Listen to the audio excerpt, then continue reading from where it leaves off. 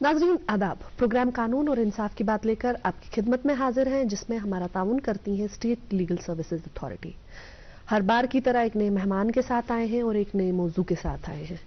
नाज़रीन, आज हम जिस मौजू पे बात करेंगे वो है इमोरल ट्रैफिक प्रिवेंशन एक्ट 1986 और हम बात करेंगे नालसा की स्कीम के बारे में, विक्टिम्स ऑफ ट्रैफिकिंग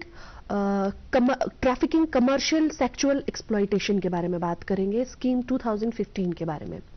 नाज़रीन, इस मौजू पे हमने बात करने के लिए आज हमारे स्टूडियो में दावत दी है जो आज के हमारे मेहमान जज साहब हैं, मुजम्मिल अहमद वानी, secretary district legal services authority Kupwara और एडिशनल चार्ज जिनको बारामूला का है। जय साहब, आपका खैर मकदम है हमारे प्रोग्राम में। जय साहब, जैसे कि हमने शुरुआत में ही बताया कि आज हम बात करेंगे इमोरल ट्रैफिकिंग प्रिवेंशन एक्ट 1986 के बारे में और नालसा स्कीम के बारे में। सबसे पहले जय साहब, हम जानना चाहेंगे कि क्या है ये इमोरल ट्रैफिकिंग प्रिवेंशन एक्ट जो है, ये क्या है और ये कैसे वजूद में आया? सबसे पहले आपका दूरदर्शन का और जे&के लीगल सर्विस अथॉरिटी का शुक्रिया मौका देने के लिए। जहां तक आज के मौजू की बात है, इंसान बहैसियत इंसान आज़ाद होता है जी, लेकिन ये भी एक तल्ख हकीकत है कि हमारे माशरे में एक शख्स दूसरे शख्स को अपनी धोखाधड़ी से, लालच से या ज़बरदस्ती से इस्तेसाल करने के लिए अपने घर या घर जैसे माहौल से निकाल कर दूसरे माहौल में डाल देता है जी। मजमूई तौर पर इसको ह्यूमन ट्रैफिकिंग बोलते हैं,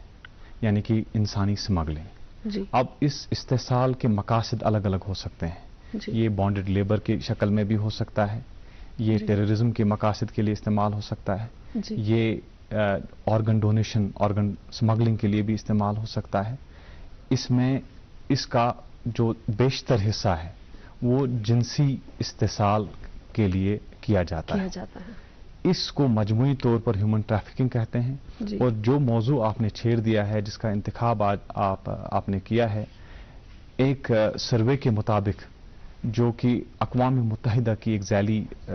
इदारे ने किया था 2016 में, उन्होंने ये बताया था कि सिर्फ हिंदुस्तान में तकरीबन 1.2 मिलियन चिल्ड्रन, यानी कि 12 लाख बच्चे हर साल ह्यूमन ट्रैफिकिंग का शिकार होते हैं। इसमें से 50 से 60% सिर्फ कारोबार, जिनसी कारोबार के इस्तेसाल के लिए इस्तेमाल किए जाते हैं, यानी कि कमर्शियल सेक्सुअल एक्सप्लॉयटेशन के लिए। इसके रोकथाम के लिए एक एक्ट आया है वजूद में जिसको हम इटपा बोलते हैं, यानी कि immoral prevention of trafficking act, ITPA. तो इसका वजूद सिर्फ इस मर्ज की रोकथाम के लिए भी है जी। और इस वजह से,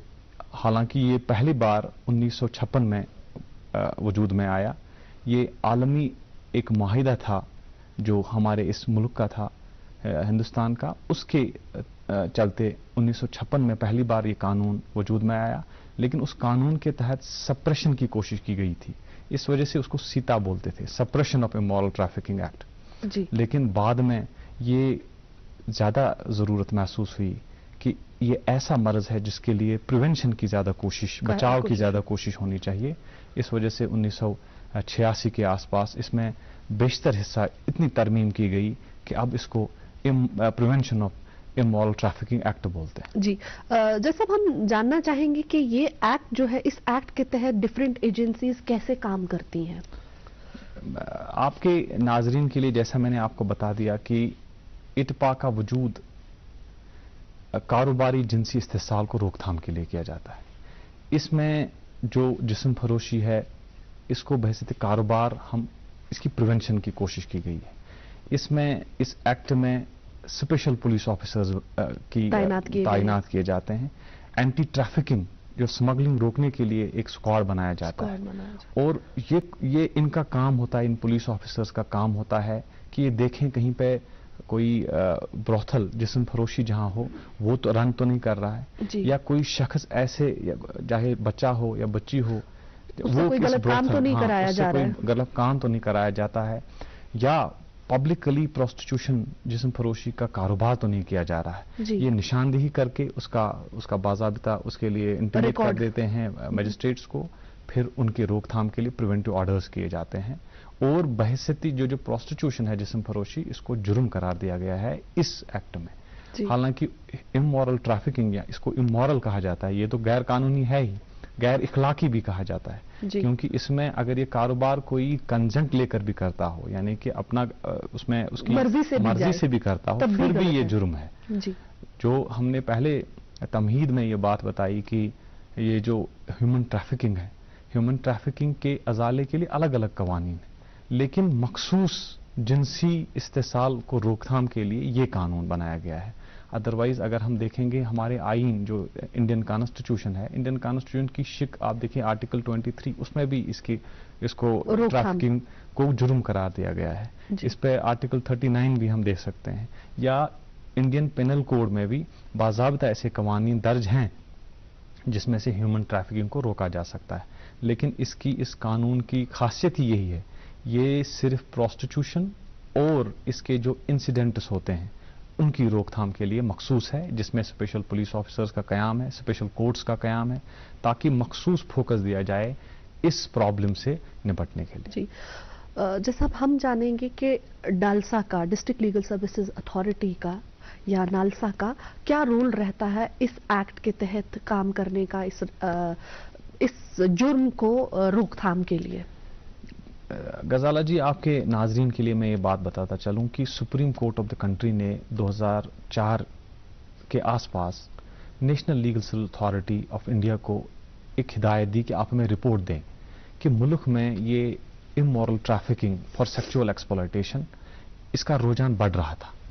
تو اس کو روک تھام کے لیے پریکٹیکل عملی جامہ ہم کیسے پہنا سکیں. تو نالسا نے اپنی رپورٹ جب supreme Court of the country کو دے دی, اس کے بعد 2015 میں ایک اسکیم کا انعقاد ہوا گیا, باضابطہ ایک اسکیم وجود میں آئی جسے scheme for victims of sexual exploitation کہا جاتا ہے, اسکیم آف 2015. یعنی کہ وہ اشخاص جو جنسی استحصال, کاروباری جنسی استحصال کا شکار ہوتے ہیں, ان کے لیے ایک اسکیم بنائی گئی, یہ نالسا اسکیم ہے. اب under the supervision of supreme court بنی, یعنی کہ یہ سپریم کورٹ کی نگرانی میں یہ اسکیم میں بنی, اور اس کی امپلیمنٹیشن بھی سپریم کورٹ کی نگرانی میں ہی بذریعہ نالسا کی, چونکہ ہم دیکھتے ہیں نالسا سپیریئر اتھارٹی ہے اسٹیٹ لیگل سروس اتھارٹی کی, اور ڈاؤن دا لائن یہ ڈسٹرکٹ لیگل سروس اتھارٹی تک یہ پہنچ جاتی ہے. وہاں پہ کیا بتایا گیا ہے کہ ہم اس پرابلم کو پورے جو سائیکلک ایک سولوشن ہوتا ہے, یعنی کہ 360 ڈگری اپروچ دیکھیں. پہلے تو بچاؤ کی کوشش کریں, پریونشن کی, یہاں امورل ٹریفکنگ ہو ہی نہ, ہیومن ٹریفکنگ ہو ہی نہ, پھر اگر ہو اس کی آئیڈینٹیفیکیشن ہو اور ریسکیو کے لیے کام کیا جائے, وہاں سے نکالنے کے لیے جو اس میں ملوث ہیں ان کو وکٹم کہا گیا ہے, ان کو نکالنے کے لیے اس پرابلم سے نکالنے کے لیے کوشش کی جائے. اس کے بعد ریسکیو کے بعد آتی ہے ریہیبلیٹیشن کی باری, کیونکہ ہم دیکھتے ہیں یہ پرابلم پنپتی کیوں ہے, کوئی نہ کوئی مجبوری ہے, کسی کو لالچ دی گئی ہے, وہ غریب ہے, اس کو نوکری کی لالچ دے کر اس سے غلط کام کیا گیا ہے, یا کوئی بیمار ہے, اس کو پیسے کی ضرورت ہے, اشد ضرورت ہے, اسی ٹائم اس کو کسی کی مجبوری کا فائدہ اٹھانے, اس مجبوری کو بعد میں کلا کما کرنے کے لیے ریہیبلیٹیشن کا پروسیس اختیار کریں, اور بعد میں ریہیبلیٹیشن بھی اگر ہو, واپس اس شخص کو سماج میں ری انٹیگریٹ کرنے کے لیے ری انٹیگریشن پروسیس کرتے ہیں. یعنی کہ پریونشن کا ایک میکینزم ہے, ریسکیو کا دوسرا میکینزم ہے, تیسری سٹیپ ہے ریہیبلیٹیشن, اور چوتھا سٹیپ ہے واپس ری انٹیگریشن ہو. کمپلیٹ 4 سٹیپ اپروچ اختیار کرنا ہے. اب یہ کیسے کرتے ہیں, جیسا آپ کا مخصوص سوال تھا, ڈی ایل ایس اے میں ہم ایسے پہلے ایریاز دیکھتے ہیں, پاکٹ ایریاز, جیسے کوئی ایریا ہے جہاں غربت بڑی ہو, جہاں ہم دیکھتے ہیں vulnerable section of the society رہتا ہو. اسپیشلی آپ دیکھیں گے جو ایریاز جن میں غربت بڑی ہو, الٹریسی بڑی ہو, جن کو ورگلایا جا سکے, آسانی سے ورگلایا جا سکے, تو ہم ان کو ٹارگٹ کر کے ان کو اویئرنیس دیتے ہیں. ایسے ایک طبقہ ہے معاشرے میں, ایک تلخ حقیقت ہے یہ, اس سے اپنے آپ کو جان لیں کہ اگر آپ کو کوئی خامخواہ سبز باغ دکھاتا ہے کہ آپ کو نوکری دی جائے گی, آپ کو اتنا سارا پیسہ دکھائے گا یہاں یا کسی دوسرے ملک میں, تو آپ باضابطہ پہلے اپنے آپ پہ شور ہو جائیں کہ کیا یہ مجھ سے جنسی کاروبار تو نہیں کروا رہے ہیں, میرا جنسی استحصال تو نہیں ہوگا اس میں. ایسے ہی ہم ان کو پہلے اویئرنیس کرتے ہیں, اور اویئرنیس کے ساتھ ساتھ ہم جو ڈسٹرکٹ ایڈمنسٹریشن کی اسکیمز ہوتی ہیں उन वल्नरेबल सेक्शंस के लिए, अगर उनके लिए फॉर एग्जांपल कोई विडो है किसी जगह जिसके लिए विडो पेंशन है सोशल वेलफेयर का, उसको नहीं मिल रहा है, उसको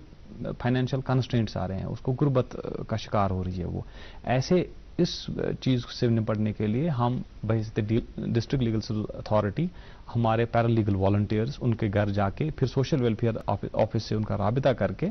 उनसे वो फंड जो उनको मिलता है वो यकीनी बनाते हैं, ताकि वो किसी अलग जरिए से गैर कानूनी तरीके से या गैर इखलाकी तरीके से पैसा न कमाना चाहे। ये हमारा पहला प्रिवेंशन का स्टेप रहता है। उसके बाद दूसरा स्टेप है ये जो हमने रेस्क्यू के लिए, रेस्क्यू में जो एक्ट भी कहता है कि पुलिस ऑफिसर या कोई भी शख्स अगर देखे कि किसी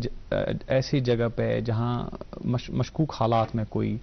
बच्चा या बच्ची या बड़ा आदमी है, ये जेंडर न्यूट्रल है, इसमें औरत भी हो सकती है इसका शिकार और मर्द भी हो सकता है, बच्चे भी ऐसे ही हो सकते हैं, देखें कि उससे ये इस्तेसाल किया जा रहा है, उसकी इंफॉर्मेशन दी जाती है। और हमारे पैरालीगल वॉलंटियर्स या रिटेनर लॉयर्स जो हमारे पास पैनल लॉयर्स होते हैं वो भी ये काम करते हैं, वो ये इंफॉर्मेशन गैदर करते हैं और एक्टिवली ये इंफॉर्मेशन मैजिस्ट्रेट्स तक पहुंचाते हैं। फिर उसका बाजू बन के वो जो विक्टिम है कानूनी इमदाद उसको फराहम की जाती है ताकि वो उस माहौल से बाहर निकाली जा सके जिसमें उसका इस्तेसाल हो रहा हो। जी, जैसा आपका एक कोई पर्सनल एक्सपीरियंस हो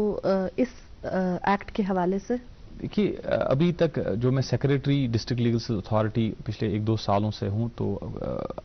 अभी तक मैंने ऐसा कोई मामला नहीं देखा, लेकिन उससे पहले मैं मैजिस्ट्रेट था एक जगह, उस डिस्ट्रिक्ट का नाम मैं नहीं लेना चाहता, लेकिन मेरे पास एक बच्ची जो कमोबेश 12-13 साल की थी, उसका बयान रिकॉर्ड करने के लिए मेरे पास लाया गया था। उसको काजीगुंड में एक होटल से पुलिस ने रिकवर किया था और वहाँ उसके पड़ोसियों ने ये कहा था कि यहाँ ये शायद जिनसी कारोबार होता है। अब लड़की नाबालिग थी, जब मैंने उसका स्टेटमेंट रिकॉर्ड किया था तो मेरे पास 2 शख्स भी आए उसके बाद। लड़की का स्टेटमेंट मैंने रिकॉर्ड किया, मुझे अच्छी तरह याद है, उसने बोला कि मेरे माँ बाप नहीं है। तो वो जम्मू कश्मीर के एक फार फलंग एरिया से उन्होंने बच्ची लाई थी और काजीगुंड में काफी अरसे तक रखी गई थी एक होटल में। तो बाद में जब पुलिस को इस चीज की पता चली तो उन्होंने पर्चा भी लगाया। जब स्टेटमेंट रिकॉर्ड हो रहा था तो उस बच्ची ने ये कहा, ये इस्तिफसार किया कि मेरे माँ बाप नहीं है। तो मुझे किसी और ने कहा कि मैं शादी करूंगी आपकी, तो मेरे चूंकि है ही नहीं कोई, तो शादी के सिलसिले में मैं इस शख्स के साथ गई और इसके साथ साथ इसने मुझे एक होटल में रखा जहां मेरा ये इस्तेसाल किया जा रहा था। लेकिन इस दरखास्त के चलते चलते मेरे पास एक औरत भी आई जिसने कहा कि ये बच्ची मेरी बेटी है, उसने एक दरखास्त दे दी। दूसरा एक शख्स भी आया जिसने कहा ये मेरी बेटी है, मैं बाप हूं इसका, तो उसने भी एक दरखास्त दे दी। बाद में इसकी तहकीकात जब हुई तो वाकई वो बच्ची सच कह रही थी, उसके माँ बाप नहीं थे और ये दोनों उसके वो इस्तेसाली मुजरिम थे जो उसका इस्तेसाल कर रहे थे। ये बात चूंकि हमारे पास आईपीसी में प्रोविजंस हैं, 366 में हैं, 376 हैं, पॉक्सो अब आजकल रिसेंट बच्चों के लिए इस्तेसाल को रोकने के लिए बनाया गया है, तो हम इटपा नहीं लगाते, ये इमोरल ट्रैफिकिंग एक्ट नहीं लगाते। इस वजह से समाज में बच्चे की उम्र जो थी वो 12 साल की थी, वो 12 साल की थी। लेकिन वो चीज है, उसने मेरे जहन में उस दिन ये मुझे कॉन्शियस कर दिया कि हमारे समाज में भी ये तल्ख हकीकत मौजूद है। ऐसे बच्चे, ऐसे बच्चियां हैं जिनका गलत इस्तेमाल होता है और जो शायद समाज के बड़े तबके से को पता ही नहीं है, जो इसकी जानकारी से महरूम है कि ऐसे बच्चे हैं हमारे, और वो समाज का हिस्सा है जी। और कल को वो बच्ची जब बड़ी हो जाएगी तो उसको ये समाज कैसे कह सकता है कि आप हमारा हिस्सा हो, जब उसकी कम सिन उम्री में उसका इस्तेसाल इस लेवल पे हो। वो इस वजह से भी ये जानकारी मुहिम ये ज़्यादा लाजमी बन जाती है, ताकि हमें आसपास अपना जो भी है हम उस चीज का काफी ख्याल रख सकते हैं। जैसे हम बात करते हैं इस एक्ट के तहत अगर किसी को पकड़ा जाता है, मुजरिम को कैसे डील किया जाता है, उनके साथ कैसे पेश आया जाता है, सजा क्या है? एक्ट में सजा कमोबेश मैं आपको जनरल आपके नाजरीन के लिए इंफॉर्मेशन देता चलूं कि एक्ट में 3 साल से लेकर उम्र कैद तक की सजा है जी। ये डिटरमाइन करता है कि इस जिनसी इस्तेसाल, कारोबारी जिनसी इस्तेसाल किस लेवल पे है। اگر ایک بچے، جس بچے کی عمر جو ہے، بچہ اس ایکٹ میں ڈیفائن کیا گیا، اس کی تعریف کی گئی ہے جو 16 سال سے کم ہو، میل ہو یا فیمیل ہو، یعنی کہ اگر 16 سال سے کم ہے تو وہ بچہ گردانا گیا ہے. اس کا اگر استحصال، جنسی استحصال ہو، چاہے اس کی کنسنٹ ہو یا نہ ہو، وہ اممیٹیریل ہے، اس کا کوئی وقت نہیں. اس صورت میں جو سزا ہے یہ بڑھ جاتی ہے، یہ کم از کم 7 سال، اس کے بعد علاوہ یہ 10 سال بھی ہو سکتی ہے اور عمر قید بھی ہو سکتی ہے. اس طریقے سے پھر مائنر دوسرا ایک کلاز اس میں ہے. مائنر 16 سال سے 18 سال تک گردانا جاتا ہے، یعنی کہ 17 18 جو ہیں، 18 16 سے 18 تک جو آئیں گے وہ مائنرز آئیں گے. ان میں بھی جب ان کا استحصال ہو تو پھر یہ اگین جو ہے یہ پنشمنٹ یہ بڑھ جاتی ہے. لیکن 18 سے زیادہ ہم دیکھتے ہیں کہ کیا یہ زبردستی، تو میں نے اپنے تمہید میں کہا تھا کہ ٹریفکنگ میں 3 چیزیں استعمال ہوتی ہیں، یا تو وائلنس یعنی زبردستی، تشدد سے کسی کو قائل کیا جائے کہ وہ اس استحصال میں شامل ہو جائے، یا لالچ دی جائے، اس کے ساتھ دھوکہ دہی کیے جائے، اس کو کوئی ایسی اٹریکشن دیں جس سے وہ نکل آئے اپنے گھر یا گھر جیسے ماحول سے، اور پھر وہ دیکھے کہ یہ جھوٹ تھا جو مجھ سے کہا گیا ہو،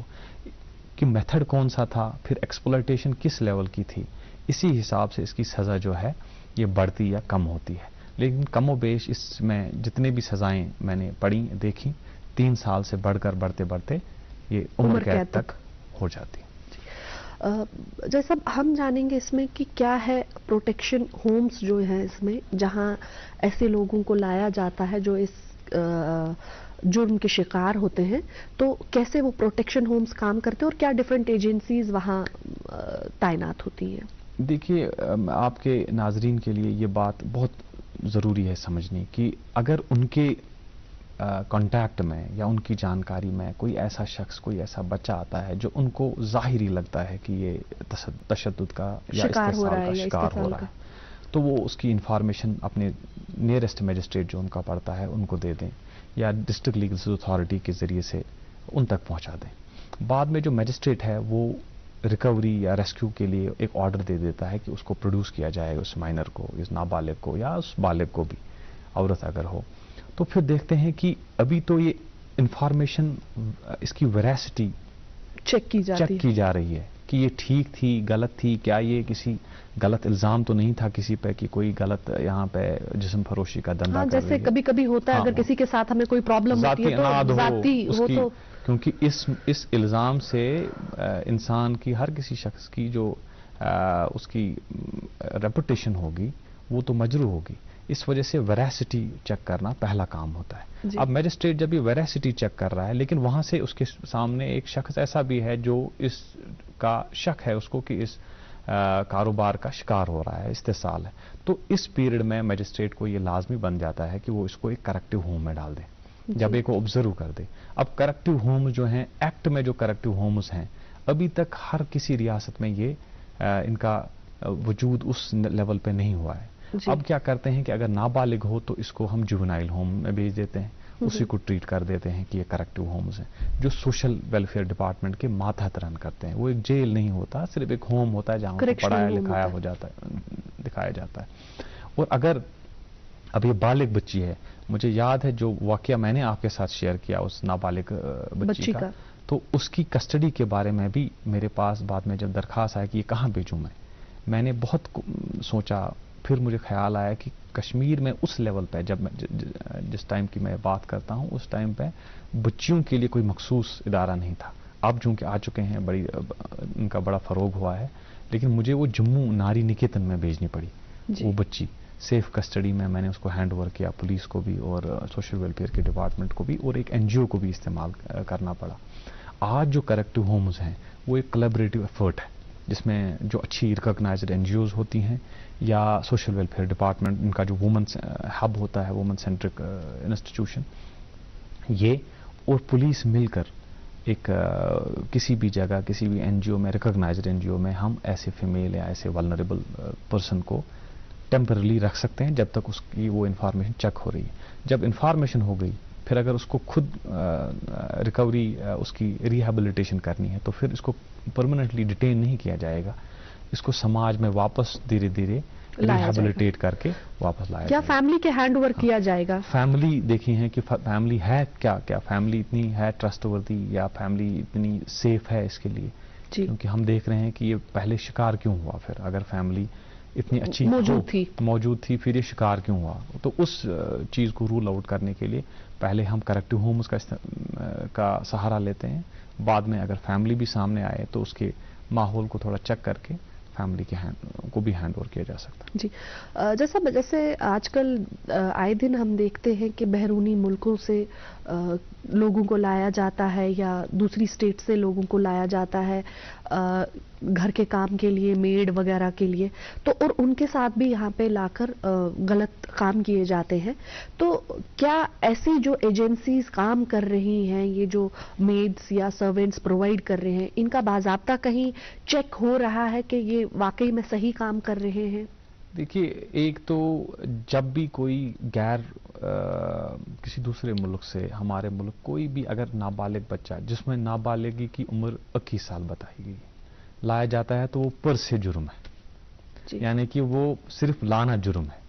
बाद में हम देखेंगे कि इसको किसी इस्तेसाल किया गया है या नहीं गया है, वो जुर्म आईपीसी में है। लेकिन जहां तक ये बात आपने की है, ये प्रॉब्लम वाकई तौर पर हमारे यहाँ अब काफ़ी आम हुई है, specially with respect to domestic helps. Domestic help की डेस्परेशन में लोग एजेंसीज का रुख करते हैं और उन एजेंसीज ने मुख्तलिफ रियासतों से नाबालिग बच्चों को उठा के लाया होता। और हम देखते हैं कि अगर देखा जाए वो लोग जो कानूनदान भी हों या जानने वाले हों, कभी कभी मतलब वो भी डोमेस्टिक हेल्प के लिए मजबूर होते हैं, वो रख लेते हैं, मगर ये बिना जाने कि ये कहां से आया और कैसे आया। हमें लगता है कि हमने किसी एजेंसी से जाकर कोई डोमेस्टिक हेल्प ले आई और बस हमारा मकसद पूरा हो गया। इसमें मैं आपको ये बताता चलूं ये प्रॉब्लम, क्योंकि मुझे भी एक इंसिडेंट अपना याद आया। मैं बारामूला में ही पोस्टेड था, तो वहाँ हमें आसाम से एक नोटिफिकेशन आई है कोर्ट से कि हमारा यहाँ एक बच्चा है, यहाँ से स्मगल होके कश्मीर में एक प्रोफेसर के घर में था। वो बारामूला में एक प्रोफेसर था जी, उस प्रोफेसर के घर से हमने उसको रिकवर करके फिर वहाँ हैंड ओवर डिपोर्ट कर दिया, वहाँ वापस भेज दिया असम। तो ऐसी प्रॉब्लम्स हैं। इसके लिए इसका अजाला करने के लिए एक तो इस कानून का भी सहारा लिया जा सकता है, दूसरा जो general laws on bonded labour या एंटी बैगरी या और कंडोन जो बाकी लॉज हैं उनका सहारा लेकर भी हम इसकी रोकथाम कर सकते हैं। सबसे बेहतर तरीका है जो नज़दीकी पुलिस स्टेशन है, जब आप लाएं किसी शख्स को, ऐसे शख्स को, ऐसे चाहे नाबालिग 14 साल से छोटा तो ला ही नहीं सकते, 14 साल से बड़ा ला सकते हैं, और उसके नस्बत भी नज़दीकी पुलिस स्टेशन में एक रिपोर्ट दर्ज कराएं, उसकी आइडेंटिटी वेरीफाई कराएं और एजेंसी से भी बाज़ाब्ता उसकी वेरिफिकेशन उनसे बताएं ये आपने कहाँ से लाया है। बगैर जाने आप एक बहुत बड़े जुर्म में मुलविस हो सकते हैं, गैर दानिश्ता तौर पर भी आप ये जुर्म कर सकते हैं, और इसमें बाज़ाब्ता बाद में ये डिफेंस नहीं ले सकते कि मुझे जी पता नहीं था, क्योंकि यहाँ तो आप किसी को अपने घर में रख रहे हैं, आपने वेरिफिकेशन इसके कैरेक्टर की भी करनी चाहिए कि ये घर में रखने लायक है या मैं ऐसे ये हरकत करते करते मैं कहीं कोई जुर्म तो नहीं कर रहा हूँ। जी, जैसा डिस्ट्रिक्ट लीगल सर्विसेज अथॉरिटी का क्या रोल रहता है हमारे समाज में इस एक्ट के बारे में, या ऐसे कई सारे एक्ट्स जो है लोगों में बेदारी लाने का? हमारी डिस्ट्रिक्ट लीगल सर्विस अथॉरिटी की बहुत बड़ी शिकों में से एक जो ड्यूटीज़ हैं वो अवेयरनेस है जी, क्योंकि ये जाना गया है कि हमारे जैसे मुल्क में जहाँ जो शरह ख़वानदगी है वो बहुत कम है, तो इसमें जो अवेयरनेस है वो बहुत ज़रूरी है, और अवेयरनेस का फ़रोग देने के लिए डिस्ट्रिक्ट लीगल सर्विस अथॉरिटी का कभी रोल रहता है। जी, जैसा एक मैसेज जो हमारे नाजरीन के लिए हो इस एक्ट के हवाले से जो आप देना चाहें। इस एक्ट को सबसे पहले जानें, इस एक्ट की कुछ शिकों को पढ़ें, और सबसे बढ़कर आम फहम ज़बान में अगर आप घर में या आसपास में कोई ऐसे शख्स को देखें जो जिनसी इस्तेसाल का शिकार हो तो चुप न बैठें, नज़दीकी थाने में मजिस्ट्रेट को राब्ता करके उसकी इंफॉर्मेशन दें। जैसा आपका हमारे प्रोग्राम में आने के लिए बहुत बहुत शुक्रिया। शुक्रिया आपका। जी नाजरीन, आपने देखा कि कैसे इस एक्ट को जैसा आपने बयान किया और कैसे बताया कि इसमें अगर कोई मुलविस होता है तो कैसे उसको सजा मिलेगी। नाजरीन, हम यही कहना चाहेंगे आपको अपने प्रोग्राम के हवाले से कि कोई भी काम अगर आप करते हैं या कोई भी डोमेस्टिक हेल्प आप अपने घर पे लाते हैं या कोई भी ऐसी चीज आपके आसपास में हो रही है, उसका आप जाकर कहीं पे भी रिपोर्ट करें, या तो नजदीकी पुलिस स्टेशन में या डिस्ट्रिक्ट लीगल सर्विसेज अथॉरिटी जो हमारे सेक्रेटरी साहिबान हैं या चेयरमैन साहिबान हैं, उनकी नॉलेज में ऐसी चीजें लाएं अगर आपके आसपास ऐसी कोई भी चीज आपको देखने को मिलती है, क्योंकि आपका ये फर्ज बनता है, आपने ये काम करना है, क्योंकि अगर आप नहीं करेंगे तो खुदा ना खास्ता कल को हमारी सोसाइटी में ये चीजें जो है एक बहुत गंदा रुख ले लेंगी, एक बहुत बड़ा एक जुर्म बन जाएंगी। नाजरीन, ऐसे ही एक और मौजू के साथ फिर आपकी खिदमत में हाजिर होंगे, जब तक के लिए अल्लाह हाफिज।